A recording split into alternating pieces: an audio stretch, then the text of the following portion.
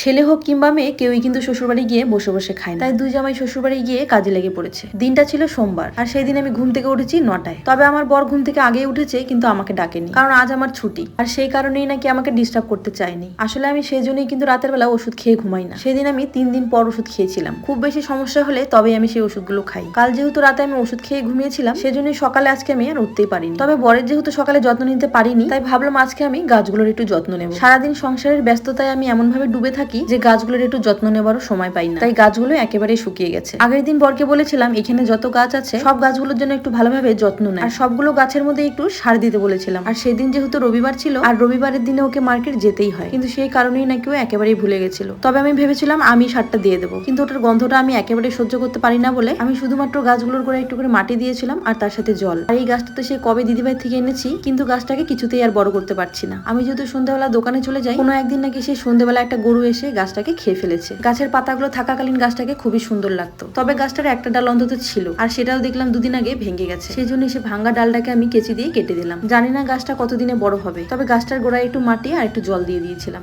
আসলে কোনো জিনিস যদি আমরা রাখতে না পারি বা যত্ন করতে না পারি, আমার মনে হয় সেসব জিনিস না বাড়িতে না নিয়ে আসাটাই ভালো, সেটা গাছই হোক বা যে কোনো প্রাণী। যাই হোক, গাছগুলোর যত্ন নেওয়ার পরে আমি মুখ ধুয়ে ফ্রেশ হয়ে নিয়ে ছেলে আর আমার জন্য একটু গোলা রুটি করে নিয়েছিলাম। যেহেতু আমার আজকে উঠতে অনেকটা দেরি হয়ে গেছে, আর সেই জন্যই কিন্তু ছেলেকেও স্কুলে পাঠাতে পারলাম না। কালকের একটু চিকেনের তরকারি ছিল, সেটা দিয়ে ছেলেকে দিয়ে দিলাম খেতে। আর ওকে ওদিকে খেতে দিয়ে এসে আমি কটা কাপড় ছিল সেগুলো ধুতে চলে এলাম কুয়োর পাড়ে। রোজই কিন্তু কাপড় ধোয়া হয়, তবে জানি না কেন প্রত্যেক দিনই এতগুলো করে কাপড় হয়ে যায়। কাপড়গুলো বাইরে শুকাতে দিতে গেছিলাম, পাশের বাড়ির মাসি বলছিল ঝাড়ুগুলো বিক্রি করবে। আর আমাদের বাড়ির উঠোন ঝাড় দেওয়া ঝাড়ুটা একেবারে ছোট হয়ে গেছে, আর সেই কারণেই সেই মাসির কাছ থেকে আমি একটা ঝাড়ু কিনে নিয়েছিলাম।